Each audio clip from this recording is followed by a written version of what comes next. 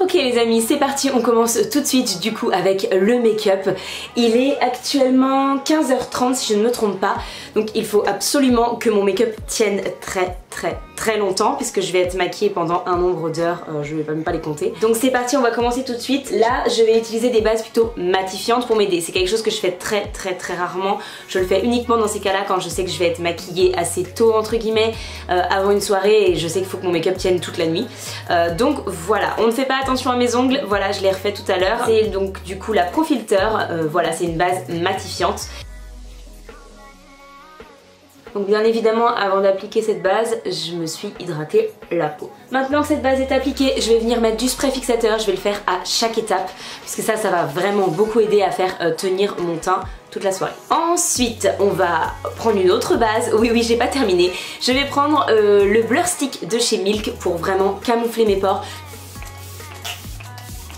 Je vais m'attaquer à mes imperfections et je vais faire un contouring crème avec ma palette de chez Urban Decay. Je vais prendre le côté crème juste ici et je vais commencer par appliquer tout simplement le correcteur le plus clair juste là. Si vous avez un correcteur vert, n'hésitez pas à l'utiliser pour neutraliser les rougeurs.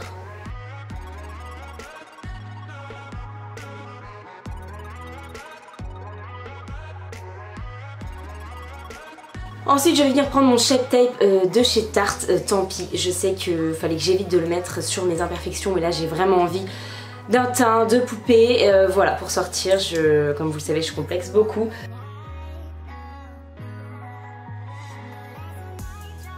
Donc ça va vraiment être un teint en fait pour les personnes qui ont de gros soucis d'acné.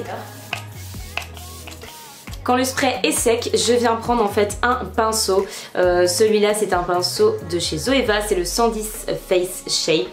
Et je vais venir prendre tout simplement le bronzer crème, hein, toujours de la palette.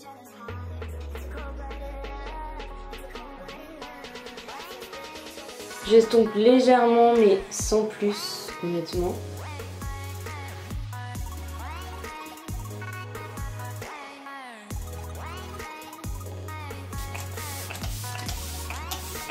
Et on va maintenant enfin pouvoir s'attaquer au fond de teint. J'ai choisi de prendre le Airbrush Flawless Foundation de chez Charlotte Tilbury. Vu ce que j'ai fait en dessous, normalement ça devrait être assez couvrant, sachant que c'est un fond de teint qui est quand même très couvrant. Là je vais commencer par les endroits de mon visage qui n'ont pas de bronzer évidemment. Hop, je vais appliquer du fond de teint ici, là.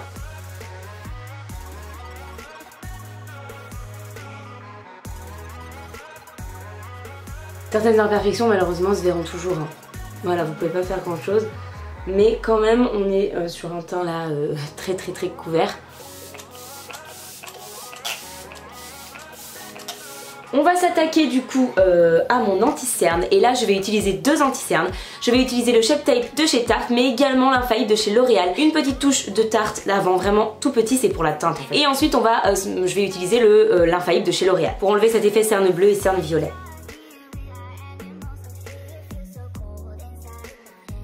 Voilà, quand j'ai appliqué ça, je viens appliquer l'infaillible de chez L'Oréal. Ce sont les zones en fait de mon visage que je veux illuminer. Oui, je me fais une moustache d'anti-cerne.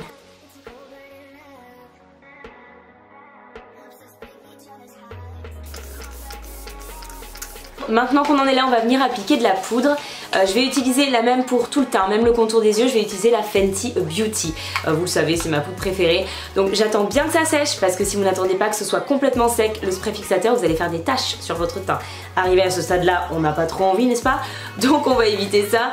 Dans un premier temps, j'en prends légèrement avec un pinceau. Et vu qu'on a attendu un petit moment que le spray fixateur sèche, je vais reprendre mon Beauty Blender et je vais revenir tapoter légèrement. Voilà, et maintenant que c'est fait, je vais tout simplement venir prendre ma houppette et faire le reste de mon teint.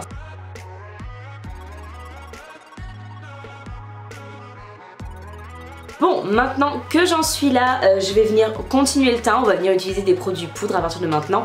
Mais juste avant, encore une fois, petit coup de spray fixateur. Au niveau du bronzer, du coup, je vais prendre mon Marc Jacobs en fait. J'ai pas envie de quelque chose de trop foncé.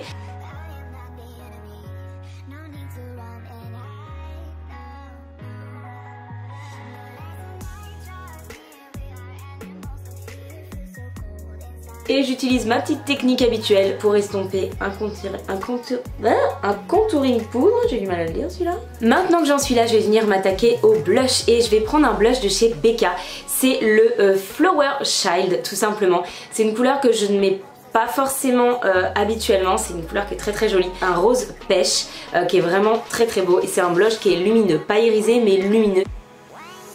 Là on va s'attaquer à l'highlighter, mon moment préféré forcément. Je vais venir dans un premier temps, comme d'habitude, appliquer mon highlighter liquide de chez Becca en teinte opale. Estomper au Beauty Blender. Pour l'highlighter poudre, je vais venir prendre ma palette de chez Anastasia Beverly Hills en collaboration avec Nicole Guerriero. Ça fait longtemps que je vous l'ai pas sorti dans une vidéo et c'est toujours une de mes palettes d'highlighter favoris, je les adore. Comme je sais pas encore ce que je vais porter ni ce que je vais faire sur les yeux, je vais prendre pas trop de risques en fait. Et je vais prendre la teinte Glow Getter juste ici. Voilà, maintenant que l'highlighter est appliqué, je vais faire mes sourcils hors caméra, mettre mon primer ABH et on se retrouve en voix off pour les yeux. Donc je commence avec la Subculture. Ça fait très longtemps que j'ai pas sorti cette palette et moi je l'aime beaucoup. Et je vais prendre tout d'abord un crayon, je crois que c'est un crayon pour les lèvres de chez Kiko, de cette couleur un petit peu violette aubergine. Et je vais l'appliquer en fait sur toute ma paupière mobile parce que j'ai envie de faire un smoky, tout simplement. Je l'étale avec un pinceau plat de chez Anastasia. Voilà, j'essaie d'estomper un petit peu les bords. Même si c'est pas parfaitement estompé, c'est pas grave, on va venir faire ça aussi avec les fards. Je viens faire exactement la même chose pour mon ras de cils inférieur, tout simplement.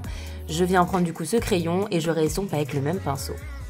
Quand j'en suis là, je vais venir poudrer le dessous de mon sourcil avec le fard Fresh. Je crois que c'est ça le nom. C'est d'un fard de la Sultry en fait, tout simplement. C'est un fard beige, mat, tout ce qui est de plus simple, mais il n'y en a pas dans la Subculture. Donc du coup, j'ai pris ma Sultry. Prenez évidemment n'importe quel fard beige mat que vous avez dans votre collection. Ensuite, je viens prendre ce fard kaki de la Subculture qui s'appelle Destiny, avec mon superbe accent anglais, comme d'habitude. Je viens le mettre en creux de paupière, tout simplement. Alors, il rend pas assez kaki, je sais pas pourquoi. Est-ce que c'est parce que j'ai poudré? Enfin, je sais pas, il rend pas exactement ce que je voulais. Enfin, c'est pas grave, ça fait un vert un peu gris, quoi, on va dire. Je viens ensuite prendre le fard All Star, qui est ce bordeaux mat, et je viens l'appliquer par-dessus, en fait, tout simplement, le crayon que j'ai mis juste avant. J'en profite pour estomper le fard All Star et le fard Destiny entre eux. Je fais pareil au niveau de mon ras de cils inférieur. Ensuite, je viens prendre le fard Down, qui est ce beige un petit peu soutenu, et je vais l'utiliser tout simplement en fard de transition pour estomper en fait le fard Destiny au niveau de mon sourcil. Ce qui va me permettre d'avoir une couleur de transition un peu plus douce entre Destiny et ma peau tout simplement.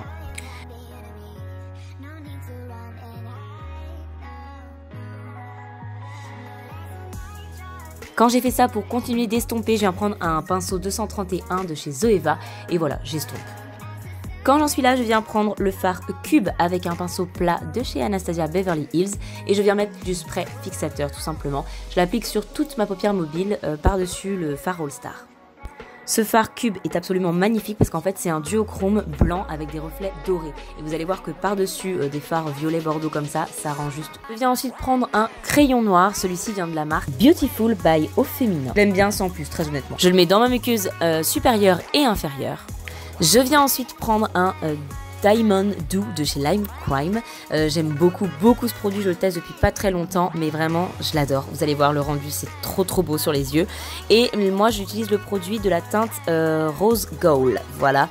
Et franchement vous voyez ce résultat avec les paillettes, enfin c'est trop beau, j'adore ce produit. Je viens ensuite prendre mon Glow Kit de chez Anastasia en collaboration avec Nicole Guerriero. C'était un kit en édition limitée qui n'existe plus je pense, peut-être sur son site, je sais pas trop, moi en tout cas je l'aime beaucoup.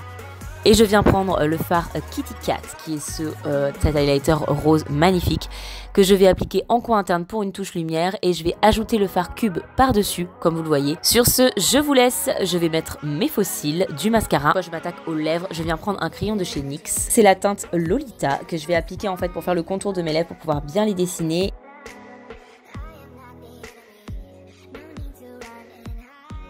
Et on va ensuite venir prendre un rouge à lèvres de chez Anastasia Beverly Hills. C'est la teinte Catherine que j'aime beaucoup, c'est mon ABH préféré je pense. Au niveau teinte, c'est vraiment mon préféré, je crois, il est vraiment très beau.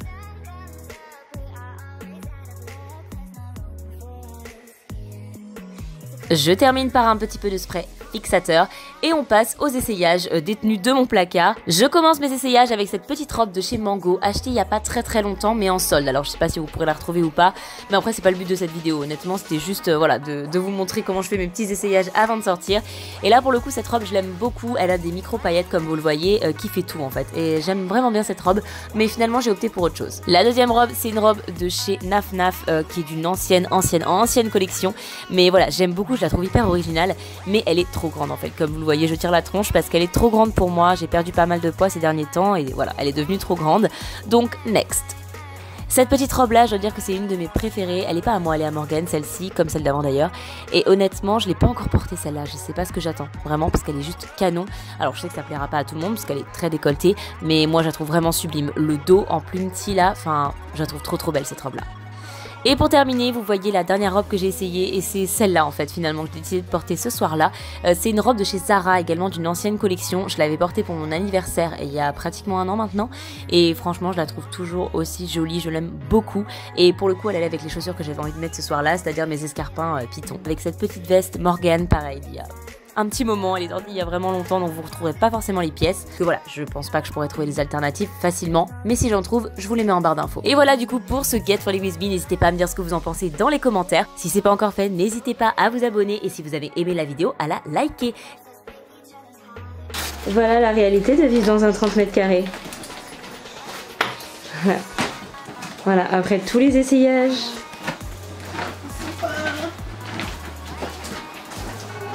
Et ça c'est l'état de la coiffeuse. Voilà. Let's go.